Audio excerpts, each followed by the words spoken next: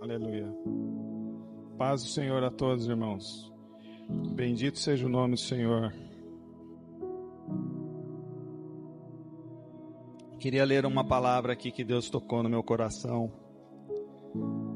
Está em Colossenses 3:23. Aleluia, glória a Deus. Essa palavra tocou no meu coração porque ultimamente eu estava sentindo de algo que estava pesando do meu lado mais profissional, no sentido de entrega, sabe? Mas acabou que Deus foi me moldando e eu cheguei a compilar, fazer esse estudo em referência às coisas que acontecem no nosso coração. Colossenses 3:23 diz assim: e tudo quanto fizerdes, fazei-o de todo o coração, como ao Senhor e não aos homens. Aleluia. Então, essa palavra aqui, se a gente pegar assim, estudar um pouquinho ela a fundo, ela tem duas partes. E tudo quanto fizerdes, fazei-o de todo o coração. Aí a segunda parte, como ao Senhor e não aos homens. Então tem uma divisãozinha aqui, né? A primeira coisa que eu vi aqui é que o tudo e o todo é uma coisa tão relevante para Deus, mas tão relevante. A Bíblia é cheia de versículos assim. Tudo e todo. Já perceberam isso? Amarás o Senhor de todo o teu coração. Bem, Velho Testamento. Santo é o Senhor. Toda a terra está cheia da sua glória. Todas as coisas foram feitas por Ele. Tudo. Todo joelho se dobrará. E aí vai, irmãos, vai um monte. Não é assim? Tudo posso naquele que me fortalece. Então assim, tudo quanto fizerdes, fazei-o de todo o coração. Irmãos, a gente sabe que no mundo tem gente que faz as coisas bem feitas. A gente sabe que tem pessoas que tem esmero, que faz aquilo, ela coloca todo o coração ali. Muitas vezes a gente não entende no nosso trabalho alguém que faz coisas tão legais, tão perfeitas, mas não é crente, não é convertido, não vai à igreja, e muitas vezes às vezes é até ateu, mas ele faz de todo o coração. E muitas vezes a gente, crente, a gente fala, puxa vida, mas eu não consigo fazer como essa pessoa faz. E isso ficou queimando um pouquinho na minha cabeça. Então assim, tem pessoas que faz com muito esmero. E tem pessoas também que faz de qualquer jeito. Não é assim? Que Deus nos afaste isso, irmãos. Que aqui não tenha pessoas que façam de qualquer jeito. Como Caim e Abel, que apresentou... Caim apresentou, né, a oferta dele lá. Sabe-se lá como, né? Então eu comecei a me aprofundar um pouco nessa questão. E eu acredito assim, irmãos, que existem pessoas que fazem as coisas com... Esse primeiro grupo que faz as coisas de coração, mas faz para Ele, não faz para Deus, faz para Ele. Vocês querem ver um exemplo aqui? É o perfeccionismo. Ele foca na busca implacável em não ter falhas. Ele faz as coisas para não ter falha, né? Ele não faz as coisas buscando a glória de Deus, ele faz as coisas buscando a glória dele. Ele quer para ele. E isso causa ansiedade, isso causa medos, porque a pessoa tem medo de errar, ela tem mais medo de errar do que acertar. Então, ela quer ser tão perfeita que ela tem medo de errar. E na maioria das vezes, irmãos, na maioria das vezes é feita para agradar a si mesmo. Essas coisas têm muito a ver com o nosso trabalho também secular, porque às vezes a gente acaba se comparando com outras pessoas e a gente quer ser perfeito como ele é. A gente não quer ter falha, a gente quer que as pessoas reconheçam a gente. E isso acaba sendo esse primeiro grupo, que são as pessoas que fazem de coração, mas fazem para si. E realmente tem pessoas assim, eu acredito que vocês aqui devam saber, devam conhecer pessoas que são, aquele cara é fera, ele faz mesmo, ele é bom naquilo que ele faz. Mas muitas vezes não é cristão. A Bíblia fala que sede vós perfeitos, como é perfeito o vosso Pai que está nos céus. Mas aqui a palavra perfeito é uma tradução, eu agora vou entrar um pouco no estudo, irmão. Do grego teleios, é isso, irmão Paiol? Cadê o Paiol? Ele que... Teleios significa plenamente desenvolvido, amadurecido, completo, maduro. Adulto significa um fim, um propósito. Quer dizer, eu não vou querer ser perfeito apenas para ser perfeito, para ser reconhecido. Eu quero ter um propósito a mais. E isso aqui nos leva ao segundo e glorioso grupo aqui, dessa palavra, Colossenses.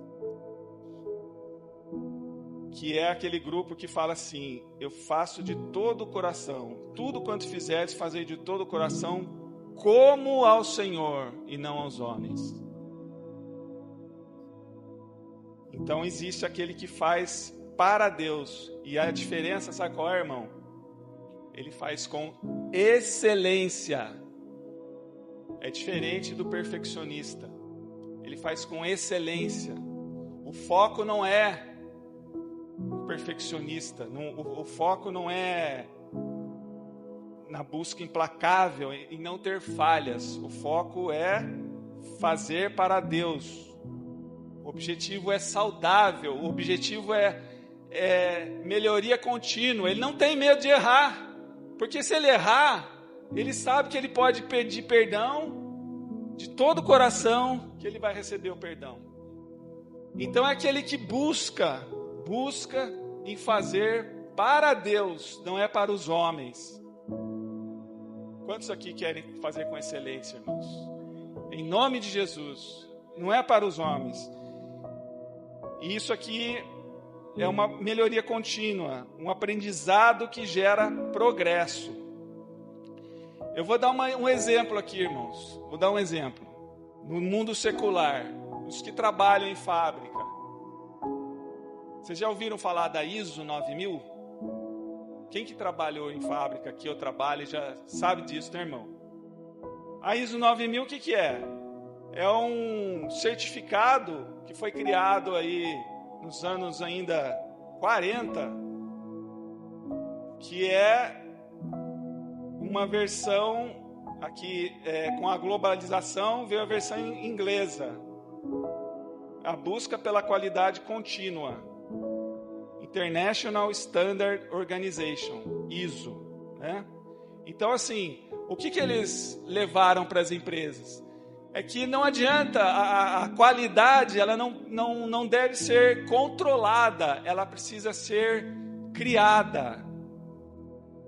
Ela é construída durante o processo. Então o processo de qualidade de uma empresa, eu estou falando aqui, irmãos, porque eu passei um pouco por isso também. Eu lembro disso nos anos 90, começou essa história aí de ISO 9000 tudo, e que o pessoal tinha que ter o certificado, tinha que correr atrás, tinha que entender disso, porque é uma melhoria contínua, né? Então a qualidade ela não é aquele negócio que fica assim olhando, tá certo ou errado, tá certo ou errado, tá certo. Não, você constrói ela.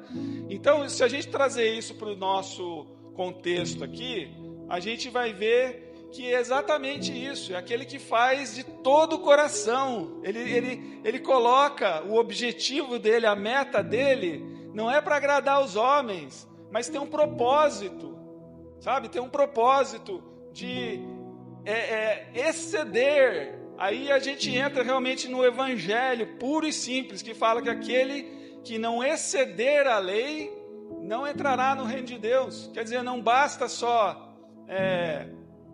não adulterarás, né? Ouviste o que foi dito, não adulterarás. Eu, porém, vos digo, aquele que olhar com um olhar impuro, já cometeu. Então, assim, a excelência, ela excede o perfeccionismo. Ela vai muito além.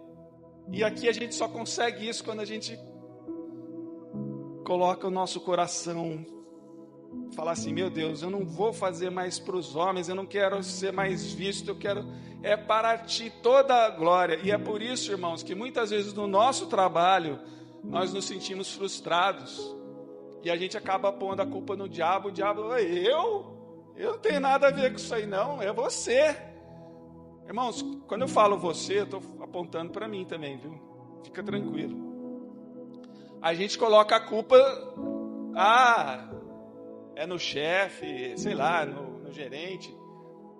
E muitas vezes você está fazendo para agradar ele, aos homens, mas não é. Se você colocar no seu coração, eu vou fazer esse trabalho aqui, esse trabalho secular, seja o que for, eu vou fazer de todo o coração, como se fosse para Deus. Irmãos, a nossa vida vai ser uma vida que vai exceder as coisas, vai ser feita com excelência. E é isso que Deus quer. Deus quer que nós nos excedamos, que nós coloquemos o nosso coração para fazer as coisas para Ele, para a honra e glória do nome dEle. Deixa eu ver aqui que eu tenho que acompanhar minha...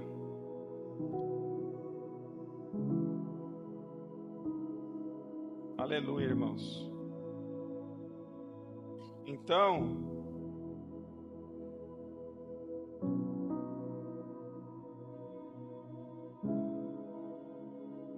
José era um cara que ele tinha isso já no coração dele.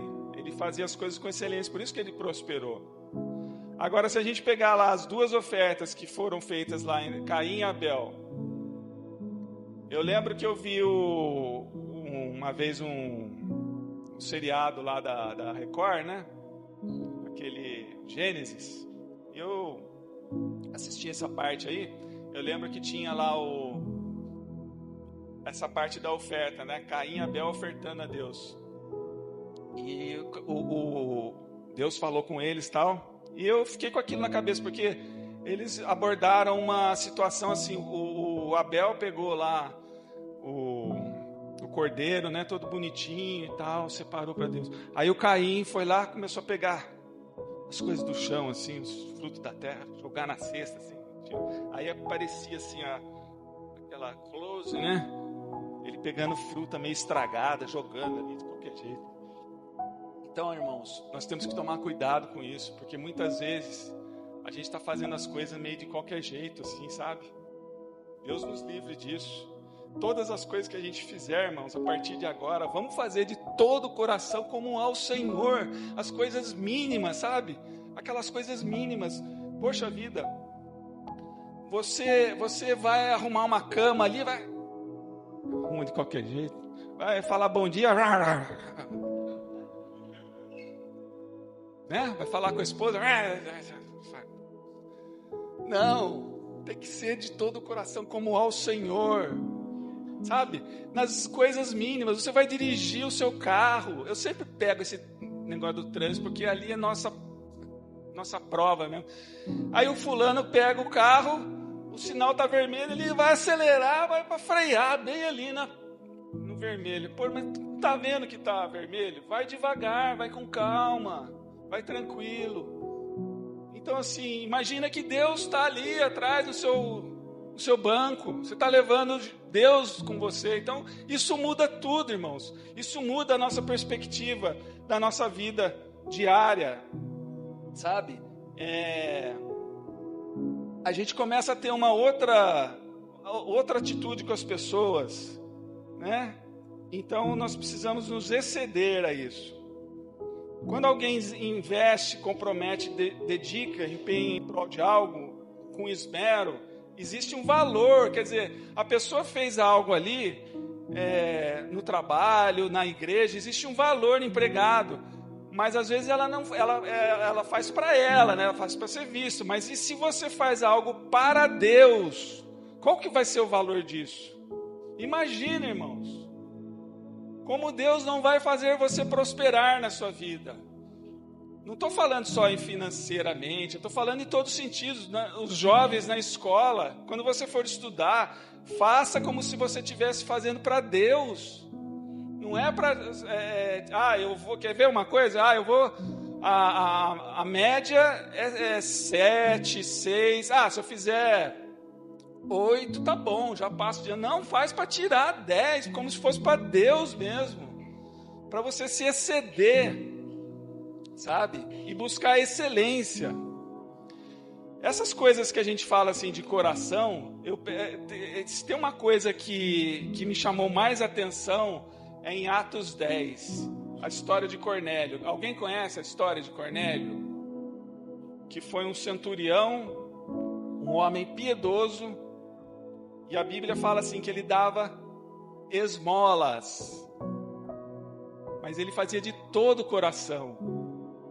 Mas ele não era salvo ainda, ele temia Deus, ele era um cidadão, um centurião romano, que já temia o Deus, o Senhor dos judeus, mas ele ainda não era salvo. E a Bíblia fala que ele dava esmolas de todo o coração, ele fazia para Deus, não fazia para os homens. Aqui a gente já vê o cumprimento, né? Que Jesus já falava, quando você der esmolas, não faça alarde para os outros. E aí, ele teve uma visão. As pessoas, vocês conhecem? Alguém conhece a história de Cornélio aqui? Alguns não conhecem, então vou rapidamente. Ele teve uma visão. Um anjo apareceu para ele e falou assim: olha, manda os seus soldados irem ter com Pedro lá na casa dele, lá na Cesareia. Vai lá, porque ele vai ter uma palavra para você. E ao mesmo tempo que isso estava acontecendo, Pedro, lá a hora 9, que era perto do almoço, ele estava orando e ele teve uma visão também, que quer dizer, olha só, o Espírito Santo agindo na vida de Cornélio e o Espírito Santo agindo na vida de Pedro. Aí o que aconteceu? Pedro teve uma visão, um lençol cheio de animais impuros que estava descendo assim. E uma voz falou para ele: Pedro, mata e come. E Pedro falou: eu não, Senhor, não vou fazer isso de forma alguma, são animais impuros. Aí a voz disse para ele: não torne impuro o que eu santifiquei. E Pedro, essa visão, por 3 vezes, teve esse lençol baixando e subindo. Aí ele ficou sem entender o que era. Mas a visão dos animais impuros era os gentios. Que ele não tinha entendido isso ainda. E aí chegaram os 2 homens. Nesse momento que acabou a visão, ele desceu. Falaram: olha, tem 2 homens aí que vieram para falar contigo. Aí os homens se apresentaram para ele e falaram: olha, o homem chamado Cornélio pediu para vir aqui falar com você, para você ir lá levar uma palavra para ele. Aí ele: tá bom, vou lá, né? Sem entender ainda. Chegou lá, ele se apresentou: ó, eu sou Pedro, eu vim aqui e tal. Mas olha, a Bíblia fala ali, eu estou aqui passando rapidamente, mas a Bíblia fala que ele chegou lá e já chegou assim: olha, vocês sabem que eu não tenho que estar aqui com vocês, porque eu sou judeu, vocês são gentios. Ou seja, já deu aquela, separada assim, né? Falou: ó, eu tô aqui porque nem sei porque eu tô aqui. Eu tô aqui, mas vocês sabem que os judeus não conversam, né, com os gentios. Então aqui a gente já vê um julgamento de Pedro. Mas o Espírito Santo, conforme ele foi falando, o Espírito Santo foi administrando e foi ali e houve uma grande conversão, irmãos. Grande conversão na vida daquele homem. E toda a casa, a Bíblia fala que Cornélio chamou mais pessoas, amigos e parentes e tudo, e todos ali foram batizados com o Espírito Santo. E Cornélio pediu para que ele ficasse um pouco ali, uns dias. Quer dizer, então, Deus, irmãos, quando a gente faz todo o coração, Deus ouve, Deus vê, e Ele age. Então, assim, a salvação ali não estava completa, mas existia um processo, existia um caminho a ser seguido. Então, esse mover do Espírito Santo é uma coisa maravilhosa, porque aqui, essa pequena parte da história, ela mostra tudo. Ela mostra a visão dos animais, que eram os gentios, que são as pessoas que estão no mundo. Hoje, nós somos aqui as pessoas que têm o conhecimento de Deus. Nós precisamos levar para as pessoas que não têm esse conhecimento. A gente não pode fazer essa separação como Pedro fez. Sabe? Tipo assim, achar que eu sou melhor porque eu tenho Cristo, eu tenho Jesus. Eu não sou como você. Não podemos ser assim, irmãos. A gente tem que ter a caridade voluntária. Essa caridade que o... Como é que é o nome dele mesmo que eu estava falando aqui? Cornélio? Esqueci. Caridade voluntária. E a ação dos anjos, o Espírito Santo. Porque o Espírito Santo aqui, irmãos, é importante esse ponto. Os anjos não pregaram o evangelho para Cornélio. Foi Pedro que foi pregar. O anjo só deu a deixa. Ó, vai lá, faz isso. Conectou os dois. Mas quem tem que pregar a palavra somos nós. E aí a pregação do evangelho é dada à igreja. Nós temos que pregar. E a salvação foi completa. Então, irmãos, esse é o motivo da nossa salvação. Da nossa motivação. Quando a vida cristã faz sentido. Sabe? Quando ela faz sentido para mim. Porque não adianta só eu ser salvo. Agora eu preciso levar essa salvação para as outras pessoas. Por meio de Jesus. Faz sentido para mim? Tudo bem. Eu tenho uma fé devocional? Amém. Mas agora eu preciso levar essa palavra para outros. Irmãos, como você pregou aqui E eu tenho sentido muito isso, sabe? Esses dias eu estava falando com um sobrinho meu, comecei a entrar nos assuntos, comecei a conversar com ele, a gente começou a falar de Deus, de Bíblia, não sei o quê. E aí você tem que estar preparado, porque a nossa fé, irmãos, ela tem que ser também, não adianta a gente ter só uma fé devocional, falar, eu creio, eu acredito. Mas agora mostra para mim, por que você acredita nisso? Aí eu estava conversando com ele, e ele falou assim, mas e essas pessoas, esses monges que ficam aí no mosteiro e tal? Eu falei assim, com todo o respeito que eu tenho às pessoas que fazem as escolhas, os monges, é muito fácil, né, você pegar a sua vida, eu falo assim, muito fácil, né, mas assim, você pegar, se isolar dentro do mosteiro, e ficar ali, quietinho, e falar assim, eu sou muito espiritual. Eu quero ver você pegar aquele monge lá, aquele cara lá, e jogar ele no meio lá no metrô de São Paulo, lá na Estação da Sé. Quem já pegou metrô lá na Estação da Sé? Vai lá para você ver, 5 horas da tarde, 5:30. Você faz assim, você vai passar no... Então, irmãos, sabe, eu nem sei por que eu dei aquela resposta, mas foi Então, assim, a gente vai aprendendo como falar, como agir, porque aí a pessoa fala, é verdade. Eu falei, então, porque assim, Deus, Ele não quer nos tirar do mundo, Ele quer que nós fiquemos no mundo. Porque o Evangelho, irmãos, o Evangelho ele não é conforto, ele é confronto. O Evangelho, ele não vai nos dar uma vida fácil, mas ele nos vai dar paz interior. É a paz interior que está em nós. O mundo está aqui quebrando pau, mas a gente tem paz interior, porque o reino de Deus está dentro em vós.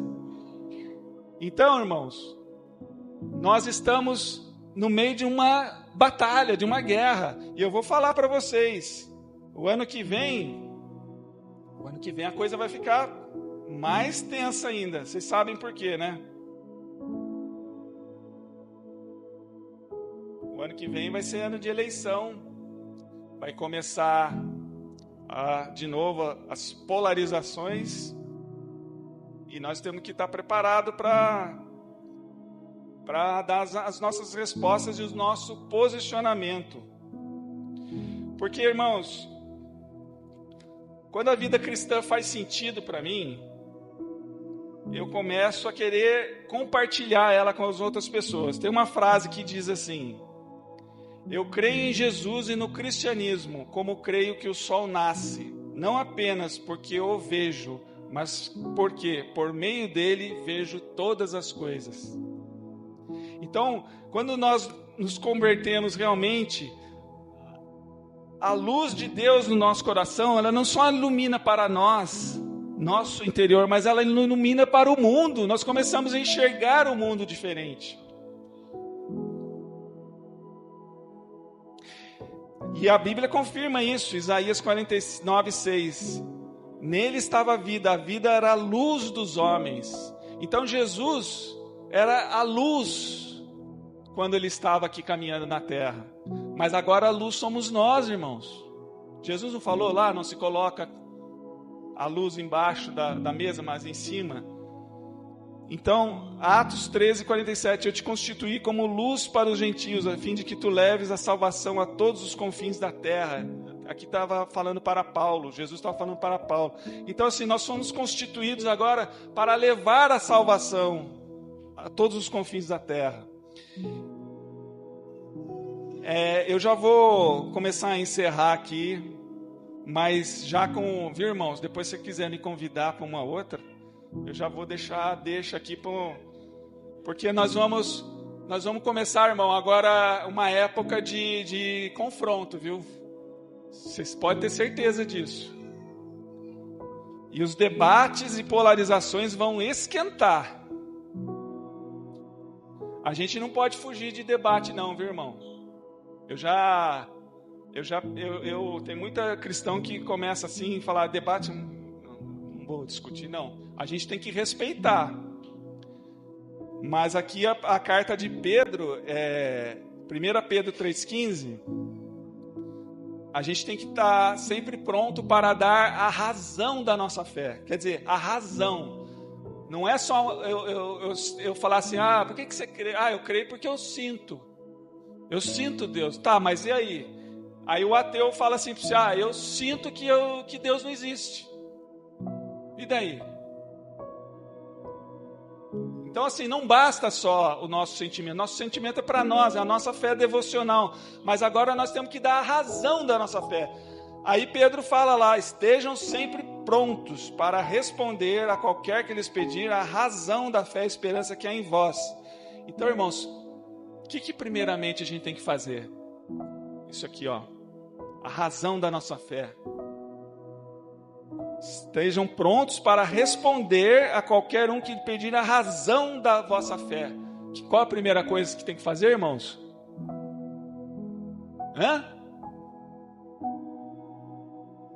Ouvir. E quantas vezes a gente já quer chegar com o pé na porta do camarada, já chegar e já colocar lá né? Tem que fazer isso, tem que ser assim. Não, irmãos, primeiro vamos ouvir. Quantas vezes, e aqui a gente exercita a nossa paciência, porque às vezes você tem que ouvir cada coisa, cada absurdo. E aqui eu volto lá no início. Amarás o Senhor de todo o teu coração, toda a tua alma, todo o teu entendimento. eu tinha uma ideia meio diferente de entendimento aqui. Eu achava que entendimento aqui nessa época, nessa passagem, irmão, era fanatismo. Sabe? Fanatismo. Tudo bem, a gente pode ser fanático por Jesus, mas, irmãos, não é fanatismo aqui não. Aqui é razão, é pensamento lógico, é pensar de acordo com as Escrituras.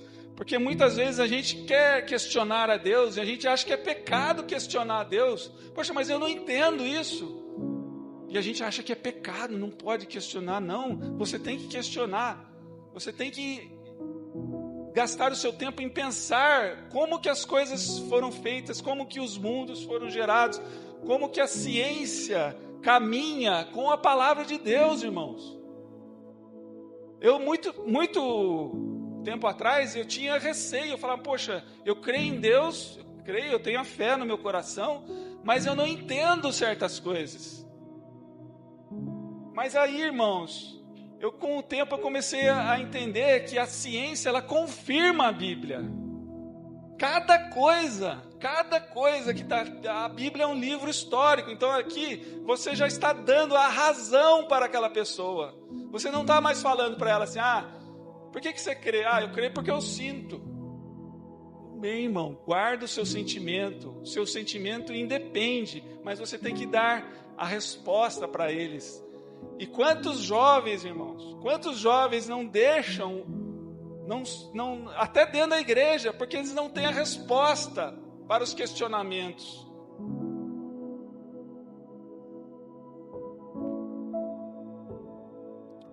O Evangelho é fé devocional com pensamento lógico, irmãos. Então nós temos a nossa fé devocional, mas nós temos que ter nosso pensamento lógico. Quando a fé devocional e o pensamento lógico caminham juntos, irmãos, nós elevamos o nosso conhecimento e nós temos aí a sabedoria de Deus.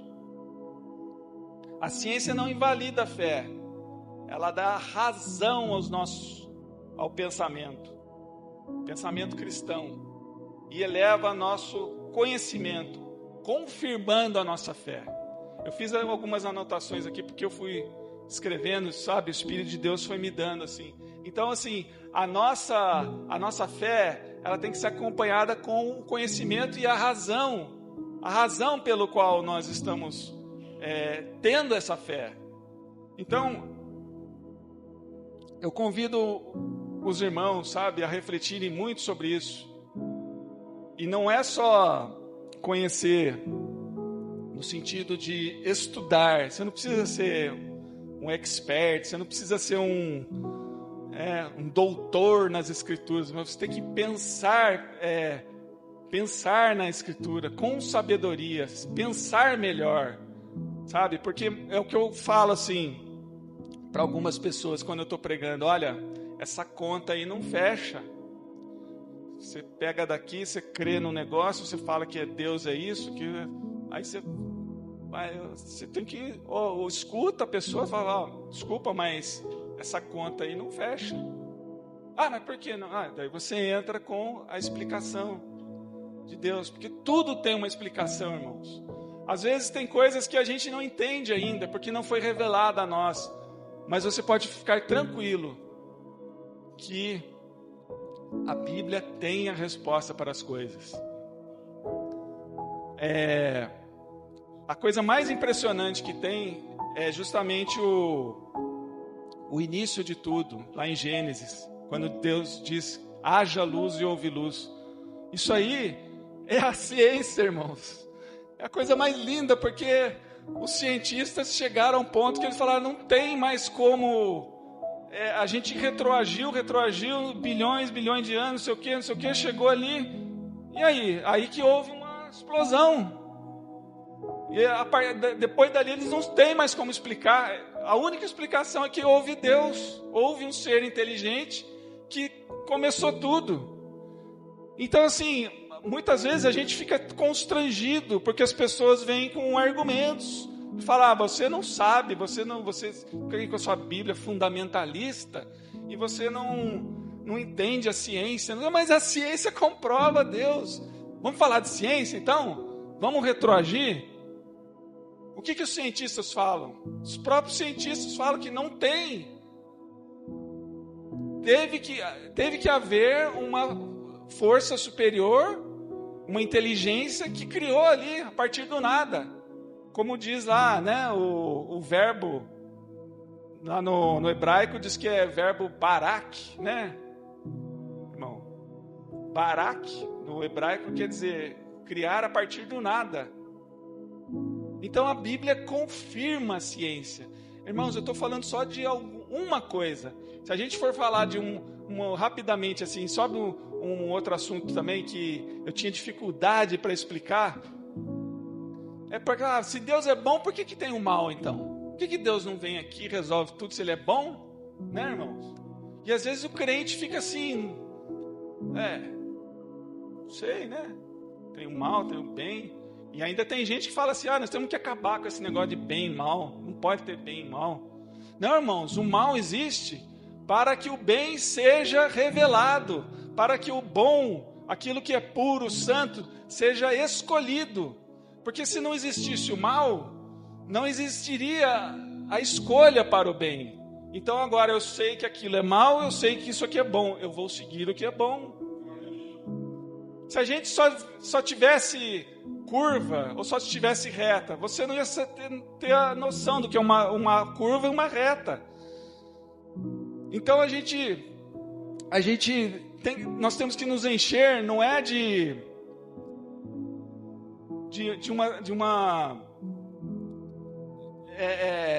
nós temos que ter a sabedoria de Deus para responder esses questionamentos. Muitas vezes são questionamentos básicos, mas que o cristão às vezes não sabe. Eu creio porque eu sinto. Então tá bom, fica aí você com a sua fé. E aí a gente acaba perdendo uma oportunidade de trazer uma pessoa, trazer um parente às vezes, para um conhecimento maior como nós temos. Amém? Então, irmãos, eu queria... Então, irmão, viu? A próxima, se eu tiver aqui oportunidade de novo, nós vamos falar sobre a polarização. Porque pode ter certeza, irmãos, a coisa vai pegar o ano que vem. A coisa vai pegar, vai esquentar. E nós, como os cristãos, nós temos que ter posicionamento. Porque o cristianismo, vocês estão vendo, acompanhando alguma coisa que está acontecendo aí, falando sobre o crescimento do islamismo, aí nas cidades, né? E, irmãos, é uma coisa... Eles não brincam não, eles vêm para dominar mesmo. E a gente precisa estar preparado para ter o nosso posicionamento como cristão. Porque o cristianismo é a solução, irmãos. Mas ele não pode ser só a solução para mim, pessoalmente. Nós precisamos extrapolar, nós temos que ter essa excelência de exceder e fazer as coisas para Deus de todo o coração. Porque daí nós vamos alcançar muitas almas para Jesus. Amém? Eu deixo essa palavra então, em nome de Jesus. Amém. Aleluia.